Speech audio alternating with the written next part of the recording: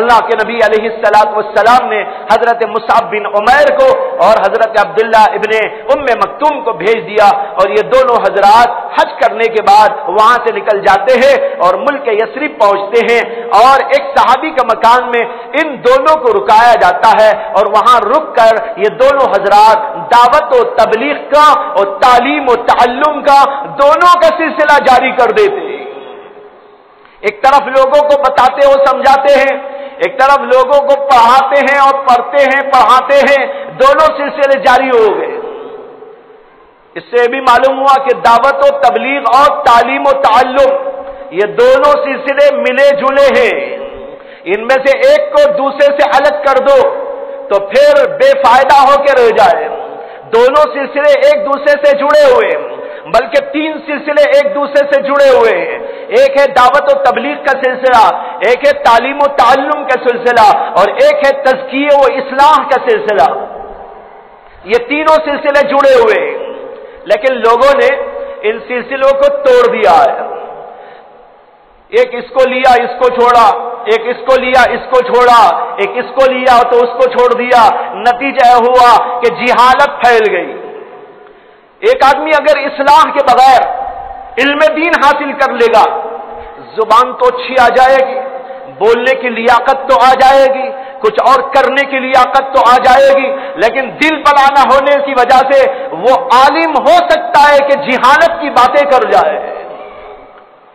اسی طرح ایک آدمی دعوت و تبلیغ میں لگ گیا، لیکن اس کے پاس علم نہیں ہے، اسے قرآن نہیں آتا، اسے حدیث نہیں معلوم، اوٹ پٹانگ بیان کرتا چلا جاتا ہے،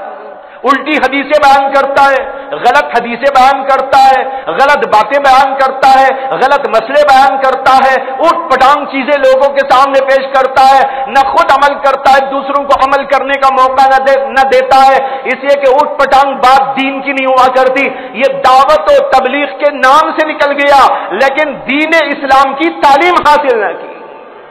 اسی طرح اصلاح قلب نہیں کرایا، دل کے اندر تکبر ہے، دل کے اندر حسد ہے، دل کے اندر بغض ہے، دل کے اندر نفرت ہے، دل کے اندر کدوتے ہیں، دل کے اندر بڑائی کا جذبہ ہے، اخلاص کے بجائے شہرت اور نیا اور ناموری کا جذبہ ہے۔ ان چیزوں کو لے کر اصلاح کے بغیر جب آدمی نکل جائے گا، عالم بھی خراب ہوگا، دائی بھی خراب ہوگا۔ یاد رکھ لیجئے، آج یہی ہو رہا ہے دنیا میں، لوگوں نے ان سب چیزوں کو جدا جدا کر دیا، کسی نے اس کو پکڑا اس کو چھوڑا، کسی نے اس کو پکڑا اس کو چھوڑا، نتیجہ ہوا جھگڑے ہو رہے ہیں، فساد ہو رہے ہیں، لڑائیاں ہو رہی ہیں، مارنا مرنا ہو رہا ہے، ایک دوسرے کے غیبتیں کی جا رہی ہیں، ایک دوسرے کو نیچا دکھانے کی کوششیں ہو رہی ہیں۔ بھائیو بزرگوں، اس کا نام دینداری نہیں ہے، یہ تو بے دینی ہے۔ لڑنا بے دینی کا نام ہوتا ہے، حسد بے دینی ہوا کرتی ہے، بغض بے دینی کا نام ہے، قتل و غارت گری بے دینی کا نام ہے، لیکن اس کے باوجود دین کے نام سے کیا جا رہا ہے۔ کیوں کیا جا رہا ہے؟ علم دین نہ ہونے کی وجہ سے، اصلاح دل نہ ہونے کی وجہ سے۔ اللہ کے نبی علیہ الصلوۃ والسلام نے حضرت مصعب بن عمیر اور حضرت عبداللہ ابن ام مکتوم کو بھیجا، جاؤ ان چیزوں کو لے۔ دونوں کام شروع کر دیے گئے، بلکہ تینوں کام شروع کر دیے گئے۔ اصلاح بھی ہو رہی ہے، دعوت کا کام بھی ہو رہا ہے، تعلیم و تعلم کا کام بھی ہو رہا ہے، اور ایک جماعت تیار ہو رہی ہے، صلحاء کی، مؤمنین کی، بہت اچھے لوگوں کی، پاکیزہ دل والوں کی، بہت بڑے بہتر انسانوں کی، با اخلاق و با کردار لوگوں کی، ایسی بہترین جماعت تیار ہو رہی ہے۔ ایک سال ان دونوں حضرات نے محنت کی، اور ایک سال کے بعد جب آیا سن 13 ہجری، تو مکہ مکرمہ کو مدینے سے آنے والے تقریباً مسلمانوں میں سے 75 آدمی تھے، اور ان 75 مسلمانوں کے ساتھ جو ابھی تک اسلام نہیں لائے تھے، ان کی بھی ایک بہت بڑی تعداد تھی جو انہی لوگوں کے ساتھ حج کے لیے چلی آئے گی۔ اور اسی زمانے میں جب حضرت مصعب بن عمیر وہاں پر کام کر رہے تھے، لوگوں کو دین کی باتیں بتا رہے تھے، لوگ آہستہ آہستہ دین کے اندر داخل ہوتے جا رہے تھے، تو یہ واقعہ پیش آیا کہ حضرت اسید بن حضیر جو اس وقت کافر تھے، مسلمان نہیں ہوئے اور انصاری قبیلے میں سے تھے، وہ حضرت مصعب بن عمیر کے پاس آئے اور تلوار لے کے آئے اور آ کر کہنے لگے تم ہمارے ملک میں کیوں آئے ہو؟ ہماری عورتوں کو بگاڑنے، ہمارے بچوں کو برہم کرنے اور اپنے دین کے اندر داخل کرنے، ہمارے بتوں سے ان کو دور کرنے، ہم تم کو یہاں رہنے نہیں دیں گے، تم یہاں سے نکل جاؤ۔ حضرت مصعب بن عمیر نے کہا کہ نکلنے یا نکالنے کی بات تو بعد میں دیکھی جائے گی، لیکن میری گزارش یہ ہے کہ اگر آپ میری ایک دو باتیں سن سکتے ہیں تو بیٹھ جائے، بات کر لیں گے، آپ کو سمجھ میں آئے تو قبول کر لینا، اگر سمجھ میں نہ آئے رد کر دینا۔ وہ آدمی انصاف پسند تھے، حضرت اسید بن حضیر، بڑے صحابی ہیں یہ، لیکن اس وقت کافر تھے۔ حضرت اسید بن حضیر بیٹھ گئے، بیٹھنے کے بعد حضرت مصعب بن عمیر نے ان سے مختصر انداز پر اللہ کے رسول علیہ الصلوۃ والسلام کا پیغام پہنچایا، اللہ کے رسول کی سیرت بیان فرمائی، اسلام کی تعلیمات کا خلاصہ بیان فرمایا، اور پھر اس کے بعد میں کہا ہمارے نبی علیہ الصلوۃ والسلام پر اللہ نے ایک کلام نازل کیا ہے، تھوڑا سا کلام میں آپ کو پڑھ کے سناتا ہوں، سن لیجئے۔ حضرت اسید بن حضیر سن رہے تھے، انہوں نے قرآن کی کوئی سورت پڑھی یا کوئی رکوع پڑھ کے سنایا، بس جناب رکوع پڑھ کے سنانا تھا، ان کی حالت ایک دم پلٹ گئی، وہ بےتاب سے ہو رہے تھے، اس لیے کہ عربی زبان ان کی زبان، عربی زبان کی نزاکتوں سے واقف تھے، اس کی فصاحت، اس کی بلاغت اور اس کی شان، اس کی شوکت، یہ سب چیزیں ان کے سامنے آشکارا تھیں۔ جو ہی انہوں نے قرآن کی وہ سورت یا قرآن کا وہ رکوع سنا جو حضرت اسید بن حضیر نے پڑھ کے سنایا، تو ان کے اندر ایک عجیب انقلاب پیدا ہو گیا، رونے لگے اور اس کے بعد میں کہنے لگے مجھے بھی اس دین کے اندر داخل کرو، یہ اتنا پاکیزہ دین ہے، یہ اس قدر بہترین چیز ہے، اگر یہ بہترین اور پاکیزہ دین ہو میں کیوں اس سے محروم رہوں، میں بھی اس میں داخل ہوتا ہوں۔ معلوم ہونا چاہیے کہ اسید بن حضیر کو تلوار دے کر بھیجنے والے وہ تھے سعد بن معاذ، جو قبیلے خزرج کے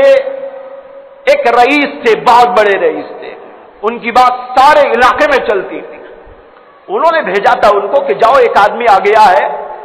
ہماری عورتوں کو بہکا رہا ہے،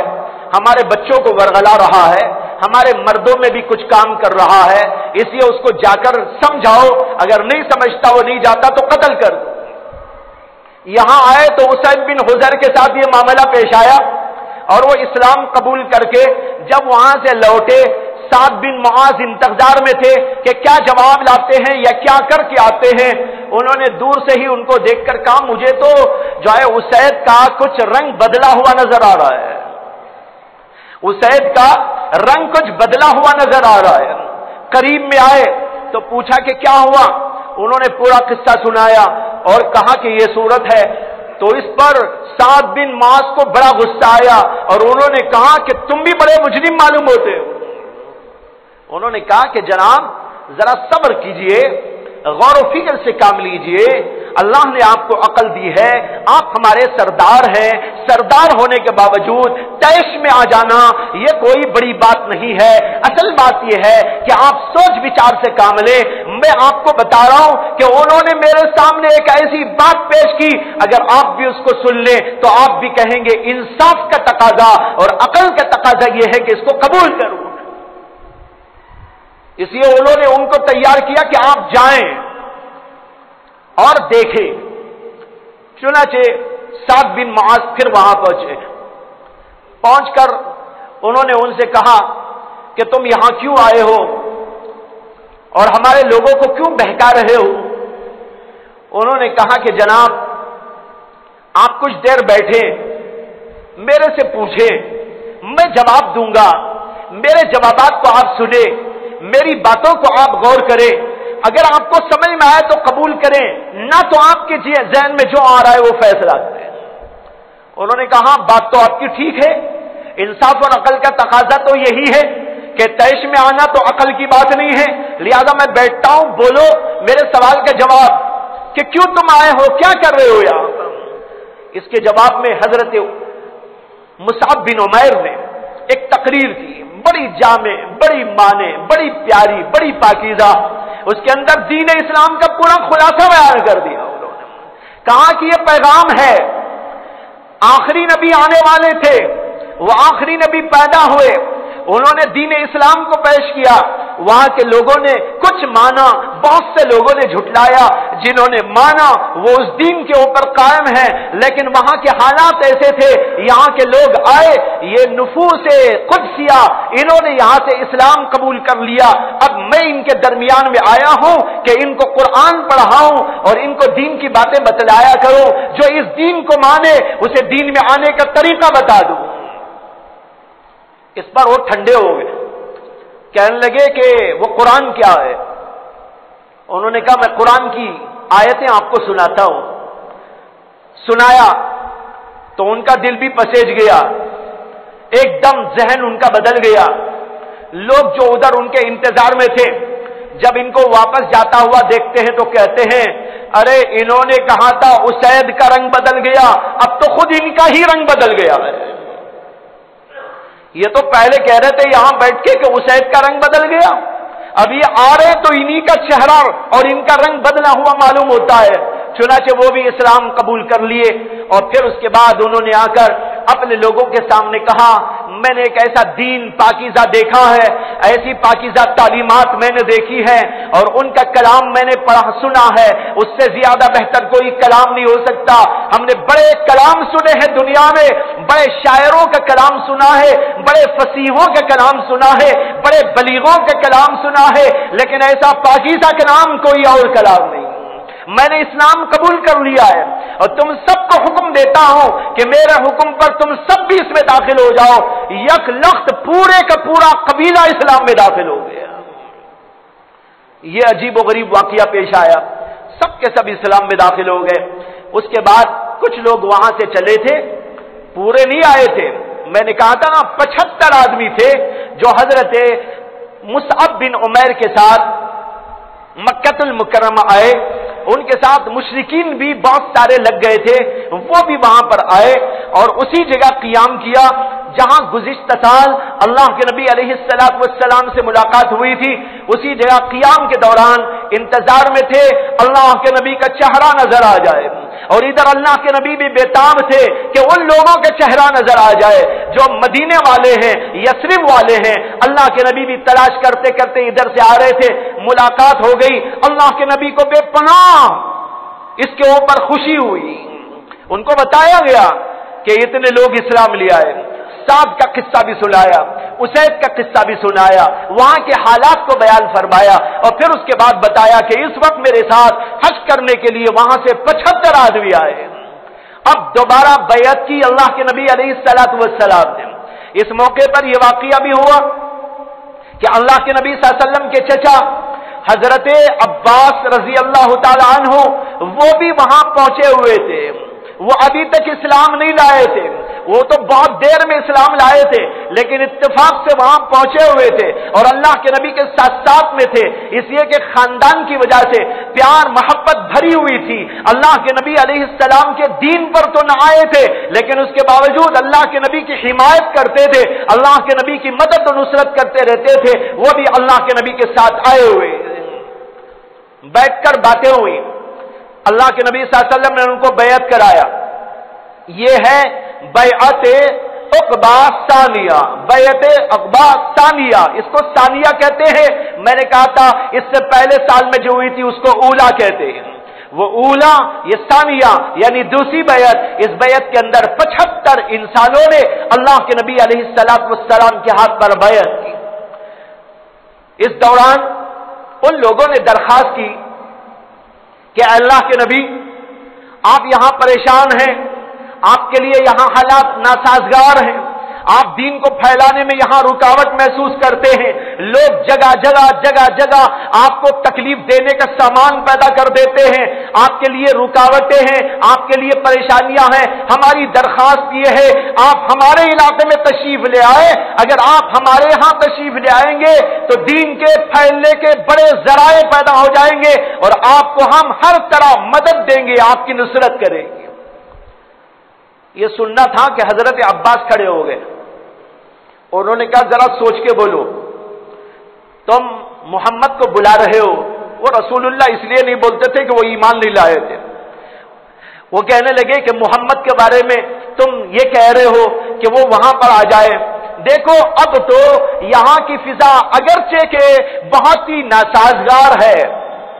لیکن ہم ان کی حفاظت کے لیے موجود ہیں،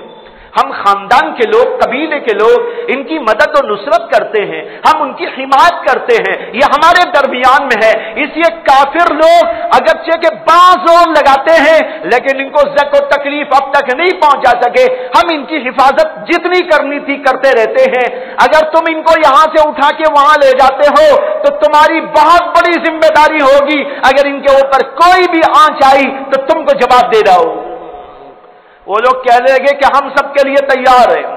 ہم جان و مال اور اپنی ہر چیز کی قربانی دیں گے اور ان کی حفاظت کرنے کا کام جو کچھ کہ ہمارے بس میں ہوگا کرتے رہیں گے۔ اس پر حضرت عباس نے کہا کہ اگر ایسا ہے تو ٹھیک ہے، ان کو لے جا سکتے ہو۔ اللہ کے نبی علیہ السلام سے ان لوگوں نے کہا یا رسول اللہ اگر آپ ہمارے ہاں تشریف لے آئے تو آپ ہم سے کیا چاہتے ہیں، ہم آپ کی کیا کریں، کیسے مدد کریں؟ اللہ کے نبی علیہ السلام نے فرمایا سب سے پہلی بات تو میں یہ کہتا ہوں تم اللہ کے دین پہ قائم رہنا، تمہیں کوئی بھی پریشانی آئے لیکن کوئی جنبش دین کے اعتبار سے تم میں نہ پیدا ہو، اللہ کی توحید پر قائم رہو، آخرت کے یقین پر قائم رہو۔ اور دوسری بات مجھے یہ عرض کرنی ہے کہ اگر ہم وہاں پر آئے اور میں اور میرے صحابہ وہاں پہنچے تو تمہیں جان کے اعتبار سے، مال کے اعتبار سے، ہر چیز کے اعتبار سے ان سب کی مدد کرنا ہوگا۔ ان لوگوں نے کہا ہم اس کے لیے تیار ہیں، ہم ہر چیز کے لیے تیار ہیں، لیکن ہم یہ اگر کریں تو اس کے بدلے میں ہم کو کیا ملے گا؟ اللہ کے نبی صلی اللہ علیہ وسلم نے کہا کہ میں تم میں رہوں گا اور تمہیں جنت ملے گی۔ زور سے نعرہ بلند ہوا، اتنے زور سے نعرہ بلند ہوا کہ آس پاس کی فضا گونج اٹھی۔ اللہ کے نبی علیہ السلام نے کہا کہ تم کو جنت ملے گی۔ ان میں سے ایک صاحب کھڑے ہوئے، انہوں نے کہا میرے دل میں خدشہ ہے، اگر اجازت ہو تو میں اس کو عرض کر دوں۔ اللہ کے نبی نے فرمایا کیا خدشہ ہے، کیا اشکال ہے؟ انہوں نے کہا مجھے اشکال اور خدشہ یہ ہے ابھی تو مکے کی فضا آپ کے لیے ناسازگار ہے، اسی عام مکے کو چھوڑ کر مدینہ آ جائیں گے، ہم آپ کی مدد کریں گے، ہم آپ کی نصرت کریں گے، ہم جان سے بھی مال سے بھی ہر طرح قربانیاں دینے کے لیے تیار ہیں، لیکن کل کا دن مکے کی فضا آپ کے لیے ہموار ہو جائے تو کیا آپ ہم کو چھوڑ کے پھر واپس مکہ آ جائیں گے؟ یہ سوال تھا، خدشہ تھا۔ انہوں نے کہا میرا یہ سوال ہے کہ اگر حالات سازگار ہو جائے، مکے والے پھر آپ کو بلا لے، یہ آپ کے خاندانی لوگ ہیں، یہ آپ کے قبیلے والے ہیں، اب تو ناسازگار ہے فضا، کل سازگار بھی ہو سکتی ہے، تو پھر آپ ہم کو چھوڑ کے یہاں چلے آئیں گے؟ اللہ کے نبی صلی اللہ علیہ وسلم نے کہا ہرگز نہیں، ہرگز نہیں، میرا مرنا بھی تم میں ہوگا، میرا جینا بھی تم میں ہوگا۔ اسی لیے اللہ کے نبی علیہ السلام آخر تک جبکہ مکہ فتح بھی ہو گیا، مکے کے اندر پرچم اسلام لہرانے لگا، لیکن اس کے باوجود اللہ کے نبی علیہ السلام مکے کو چھوڑ کر واپس نہیں آئے، مدینے کو چھوڑ کر مکہ واپس نہیں آئے، بلکہ وہیں پر رہے۔ میں بتانا چاہتا ہوں یہ سب باتیں ہوئی اور پھر اللہ کے نبی علیہ السلام نے ان کو تسلی دی کہ ابھی تک مجھے اللہ کا حکم نہیں ہے مکہ چھوڑ کر جانے کا، نہ مجھے نہ میرے صحابہ کو، جب اللہ کا حکم ہوگا تو میں تمہارے پاس آ کے رہا کروں۔ یہ کہہ کر